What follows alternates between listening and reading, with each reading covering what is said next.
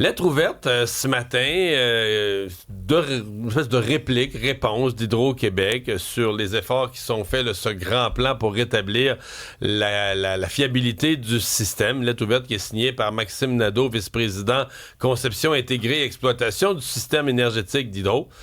Monsieur Nadeau est avec nous. Bonjour. Bonjour, M. Dumont. Et je dis tout de suite à nos auditeurs, ça va être la tribune téléphonique essentiellement. Vous avez peut-être vu ce dossier, vous avez peut-être vécu des pannes, des détériorations, des améliorations dans votre secteur.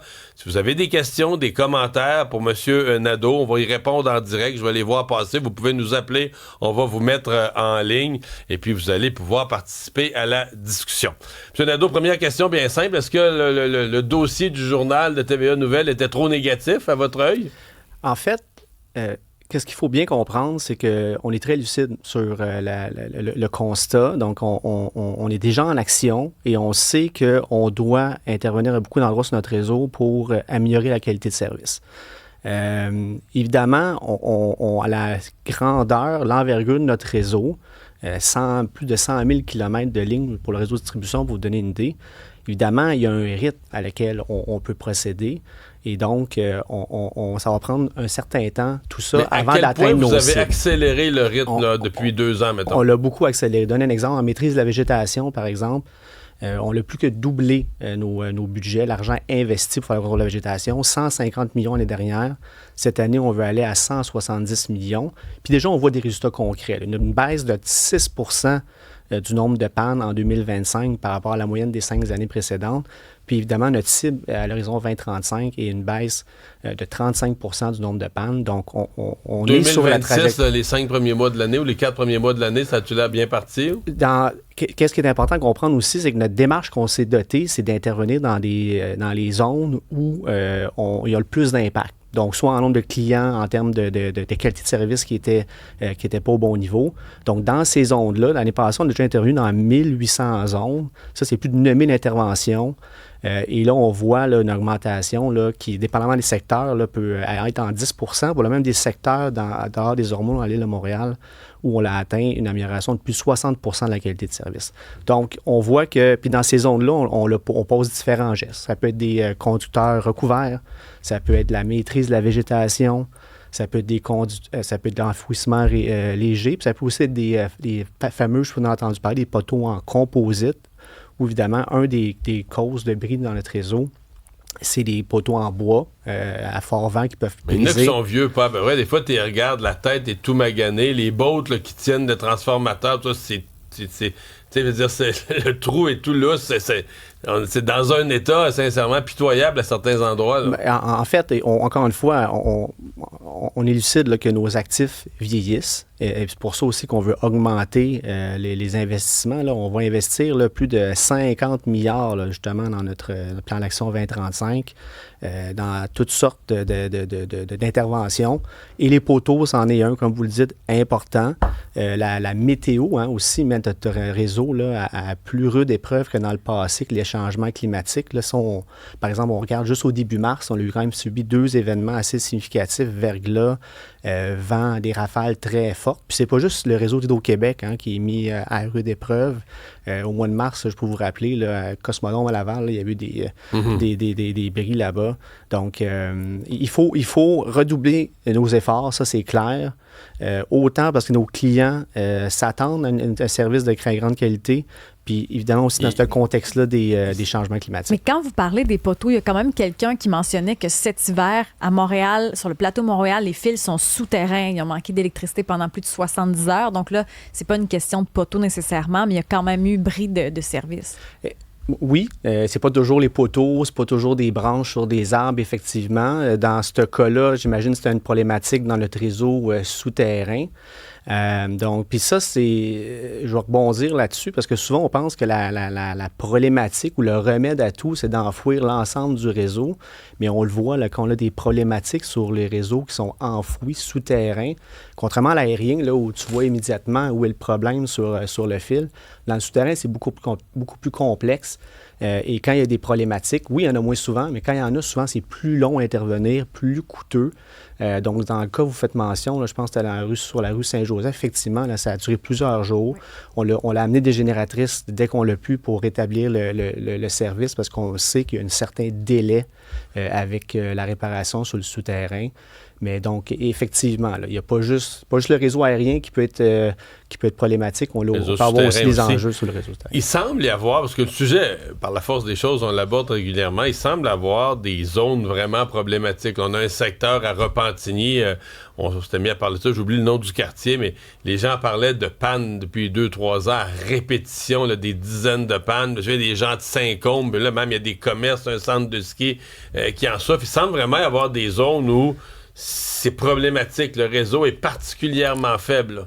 Exact. Puis en fait, pas le réseau n'est pas faible, mais c'est le réseau où on sait qu'on a le plus d'amélioration à y apporter. Puis c'est justement à ça, tantôt, je vous ai référence là, à la démarche par zone ciblée.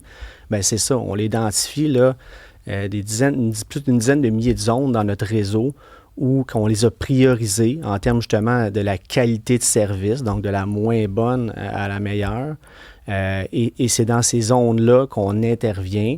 Puis dans ces secteurs-là, on le voit, les résultats sont concrets. Là, vous parliez tantôt de Repentigny, il y a eu des commentaires favorables de la municipalité, Ayers Cliff, Sutton, où ils sont très contents. On parle de municipalité où il y a eu des baisses significatives du nombre de pannes. Exact. Puis évidemment, tout ça, souvent, on intervient en collaboration avec la municipalité qui peut faciliter le travail pour nous aussi. Puisqu'on parle de maîtrise de la végétation, hein, souvent, les arbres qui sont à proximité de nos lignes sont aussi sur le terrain de certains résidents. Donc, il faut souvent bien coordonner la municipalité pour intervenir de manière adéquate pour dégager le plus possible.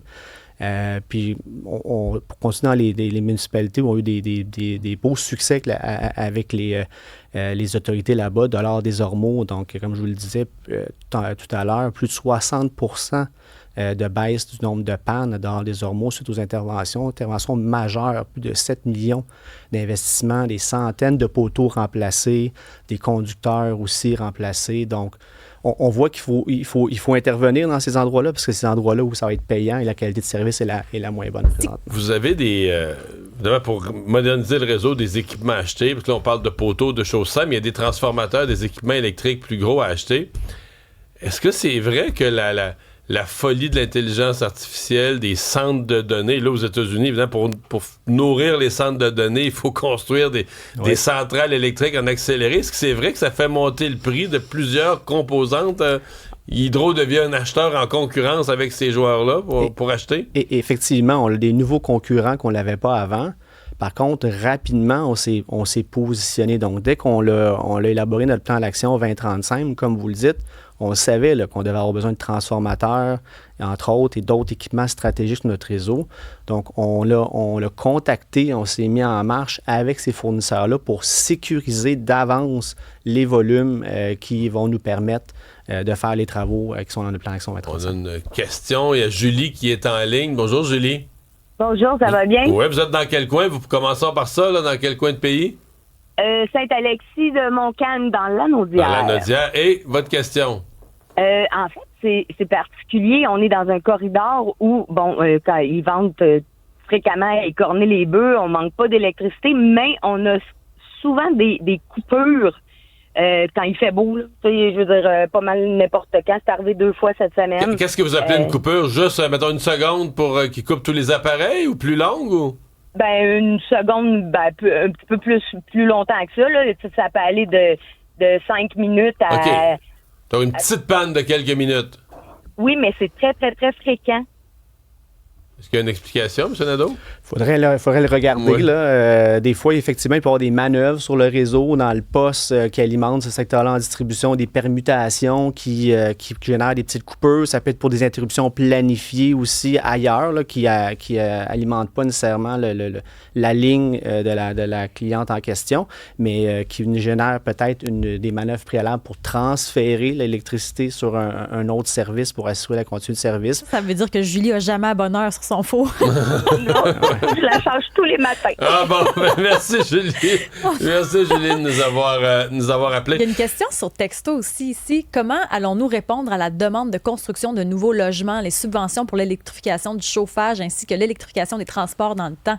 Chacun s'achète une génératrice, pour une interrogation. Bien, nous, en fait, un de nos rôles, c'est de s'assurer, pas juste dans le court terme, là, on parle beaucoup des pannes établies de service, mais c'est aussi de regarder sur l'horizon long terme, là, le bilan énergétique du Québec, là, c'est quoi notre posture face à ça. Donc, cette demande-là qui est en hausse, on l'a prévue, on la voit venir. On s'ajuste aussi quand on voit finalement ça monte un peu plus vite qu'on pensait. Ça monte un peu moins rapidement.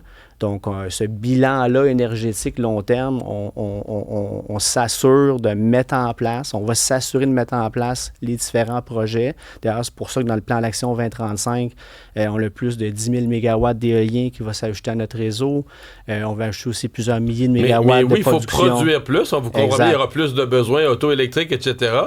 Mais on va être encore plus sensible, je donne l'exemple des autos, là. On va être encore plus sensible à la fiabilité parce que si un matin ton auto est déchargée, tu arrives à la maison, il n'y a pas d'électricité toute la nuit, le lendemain, non seulement tu n'as pas d'électricité dans ta maison, mais là, tu es pogné, ton auto ne marche plus, tu peux plus partir de la maison. Donc, on va être encore plus dépendant. Mais si les trains sont électriques, REM et autres, on va être encore plus dépendant à la fiabilité du réseau. C'est clair. Puis c'est pour ça qu'on est en action pour... c'est notre priorité numéro 1 dans notre plan d'action 2035. Là, priorité numéro 1, améliorer la qualité de service. Donc, on le sait que l'électricité est très important et va l'être encore plus dans le contexte que vous mentionnez, M. Dumont. Il y a Martin qui est en ligne. Bonjour, Martin.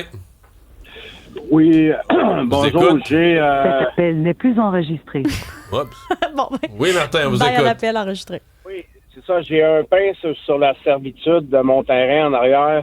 Il est proche du 14 000 volts. Ça fait, en 3 ans, ça fait 4 fois que j'appelle Hydro. On vient voir. Pourtant, l'arbre touche au fil 14 400 volts.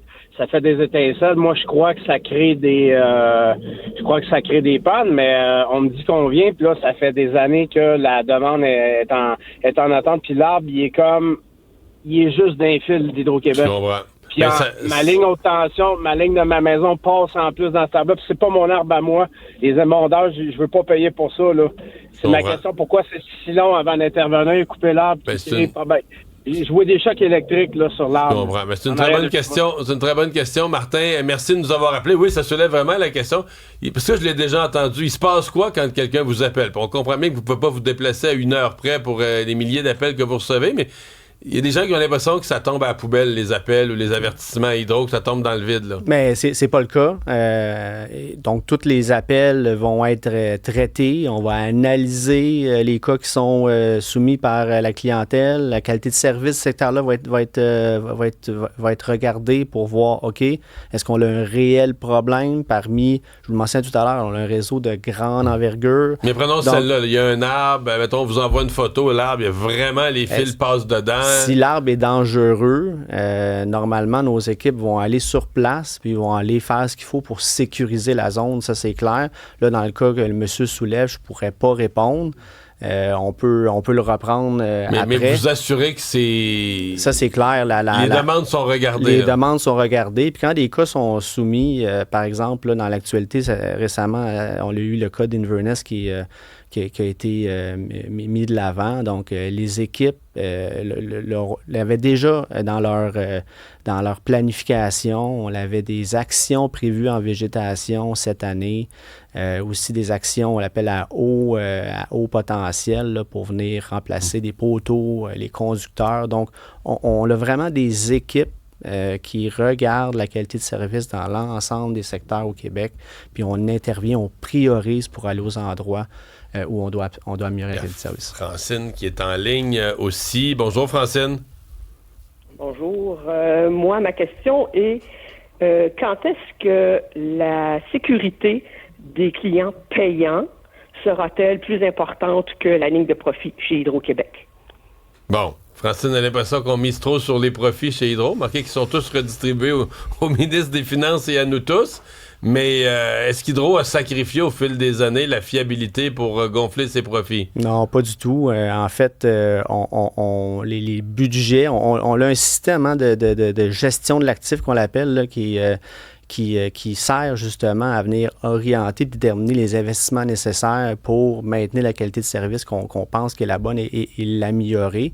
Évidemment, dans les dernières années, on l'a augmenté. Là. On est venu, je veux dire, mais vous l'avez augmenté récemment. Il y a eu un ralentissement avant. Là. Quand la vérificatrice générale a sorti le rapport, elle a dit là, il y a un problème de fiabilité majeur sur le réseau. Il y a eu des années de négligence avant. Là. Peut-être la même chose que nos routes, puis nos viaducs, puis tout le reste. Là, mais... On ne l'a jamais remis en question, le constat de la vérificatrice générale, qui effectivement, on devait augmenter nos investissements et améliorer la qualité de service. Ça, c'est clair. On s'est mis en action. Vous avez accepté ce rapport-là, puis pris les mesures. Et elle a pris les mesures, effectivement. Ouais. Il semble y avoir beaucoup de messages qui viennent de la région de Lanaudière, là, parmi les gens qui nous écrivent. Est-ce qu'il y a des régions qui sont plus, je sais pas, mal en point, fragiles, ou est-ce que c'est une question entièrement de végétation, ou est-ce qu'il y a des réseaux qui sont plus vieux, est-ce qu'il y a des régions qui sont plus souffre-douleur? La végétation est vraiment la cause principale des pannes dans notre réseau. Ça peut être des branches qui touchent les conducteurs, ça peut être des arbres qui tombent carrément. C'est sûr, les secteurs qui sont très, très boisés. La Lanaudière, c'en est un, les Laurentides, on sait qu'on a un nombre de pannes plus élevé. Puis encore une fois, pour pas me répéter, c'est ces zones-là aussi qu'on priorise dans notre démarche des zones ciblées. Puis c'est là que l'innovation est importante. Donc, mais ici, quelqu'un dit « J'ai été monteur pendant 30 ans et les nouveaux disjoncteurs en ligne, ça arrive souvent qu'ils sont trop sensibles, mal configurés, cause des déclenche. » Ça dit que ça peut être un des problèmes. En fait, on installe des nouvelles technologies. Donc, ces disjoncteurs-là, plus pas sûr à quoi il fait référence à 100%, mais on a installé beaucoup de disjoncteurs qu'on appelle réenclencheurs, donc qui permettent justement, quand il arrive des pannes, d'isoler, pour pas que ça soit 10 000 clients qui tombent en panne, mais d'isoler rapidement, puis de réenclencher, puis d'isoler une zone plus petite sur notre réseau. Est-ce qu'il y a à certains endroits, il y a des problématiques d'équipement-là? Ça reste à voir, mais il reste que le gain visé par ces disjoncteurs-là, c'est d'isoler puis à moins de clients de réduire l'ampleur de la panne. Le temps nous presse. On prend un dernier appel. Sébastien qui est en ligne. Bonjour Sébastien. Bien bonjour. Question? Ma question est pour votre interlocuteur. Samedi matin, la ville de Deux-Montagnes, Saint-Eustache, de 6h à 8h, plus d'électricité totale. Qu'est-ce qui s'est passé? Bon, une panne samedi matin, il faisait beau. Oui, une panne majeure. La ville au complet, là, c'est pas un secteur, 3-4 maisons. Là. La ville au complet, ça a fait fini, plus d'électricité, on revient à 8 heures. Monsieur Nadeau, un portrait de toutes les pannes dans le temps réel à tout temps. Là. Ça peut être des fois, c'est ça, des fois, c'est pas juste la météo. Hein, des fois, il y a la faune aussi qui nous cause des pannes dans nos installations. Là. Il y a quand même un nombre significatif de pannes, des écureuils qui rentrent dans nos postes. Puis qui font un court-circuit entre deux barres là, qu'on l'appelle.